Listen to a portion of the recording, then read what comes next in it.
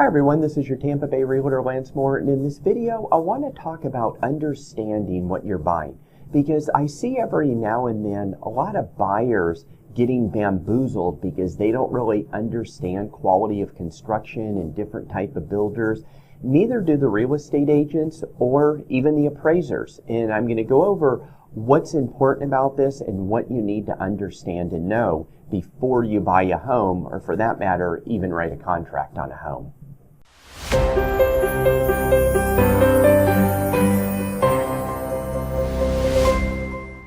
I had a client send me a property the other day. It already sold. He wanted to use it as a comparable for his, so I started looking at it, and I noticed it's about 2,500 something square feet, and it sold for $493,000. I'm like, I wonder who the builder is. I'm sitting there thinking it's something equivalent to maybe a Rutenberg or maybe a Cardell, sort of an upper end builder, semi-custom builder, custom builder. And I was shocked to see it was a U.S. home.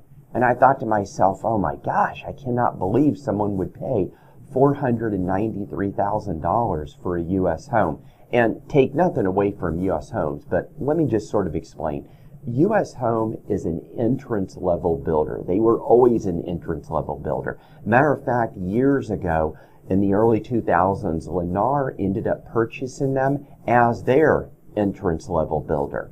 And then they just found out they were a real piece of junk company. They ended up shutting them down. Then for some reason they brought them back over in New Tampa and Live Oaks again, and then they ended up shutting them down again.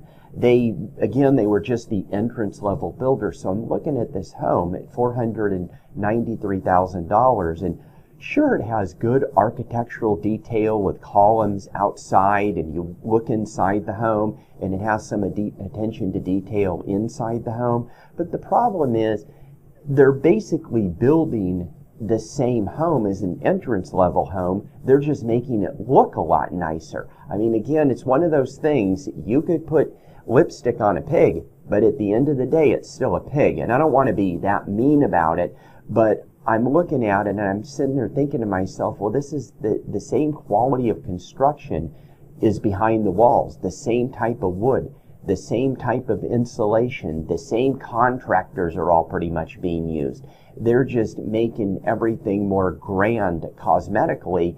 And I really feel personally, I can't believe someone would spend $500,000 on a U.S. home. Now, if they go in and it's a Cardell, well, Cardell's just an upper end builder, or a builder equivalent to Homes by West Bay, or a Rutenberg, a really good builder. That's what I would expect. I just didn't expect this. And I think the problem is when people are buying these homes, they're not really, and I say the buyer may not know, but they're going to real estate agents. The real estate agents aren't really doing a lot of research, and they're just thinking, okay, well, it looks nice, it's big, it's in a nice area, but what about the utility bills? And it's sort of like a car. You could go buy a car, and it might look really nice inside, outside, but if it's going to break down all the time, if the maintenance is really bad, are you going to buy it? And it's sort of like that looking at this with the U.S. home. The insulation isn't going to be anywhere near the insulation of, say, a Cardell, a West Bay, a Rutenberg. Not that West Bay was even in existence when this home was built in the late 90s. But the appraiser goes out there, and unfortunately, appraisers are very complacent. And a lot of appraisers just don't know what they're looking at because they don't look at many homes. When an appraiser goes out and does an appraisal on a home, they're looking at one home and one home only. That's the subject property. They're just looking at the other ones and seeing the other ones in black and white, and take nothing away from appraisers. There's a lot of appraisers that understand a lot about homes, but some of them don't. And I've even had an appraiser compare a Lennar in a Ryland years ago with an Arthur Rutenberg.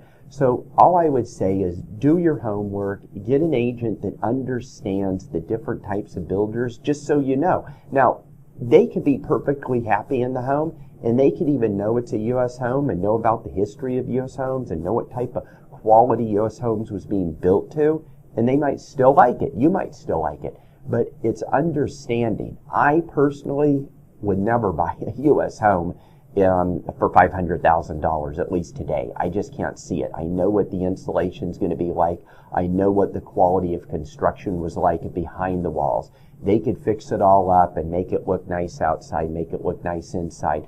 But I do this video because I just think you need to be educated when you're looking at the homes. When I look at homes and I go through, I always look at the builders. Now, there are some builders that I don't know who they are. They were built before my time, or maybe they were just a small little builder, but that's not the vast majority of them. The vast majority are the bigger builders. The Rutenbergs, the Syntexes, the Lennars, back then the U.S. Homes, now the Homes by West Bays, the Cardells, the Cal Atlantic, etc. So understand who the builder is, and that's the whole point of this video. Just get educated on who built the home and what type of builder they are. It's sort of like I would tell people in this price range, would you rather have a Homes by West Bay build a home that's used to building homes in the $400,000, the $500,000 to $600,000 range, or would you rather have a Syntex, where Syntex is an entrance level builder? Who would you rather have build your home for the same price? Because if a builder's building, if they're an upper end builder and they're building down, they're still using the same quality of construction, the same people building the home. If it's an entrance level builder building up, they're still using the same people, much like a car. If you have $30,000 to spend in a car, would you rather have Mercedes Benz build it, or would you rather have Kia build it? So that's all I'm saying. I hope this video helps you. If you have any questions at all, please feel free to contact me. And if you like these videos, share them. Share them on Facebook. Share them with your friends. Have a wonderful day.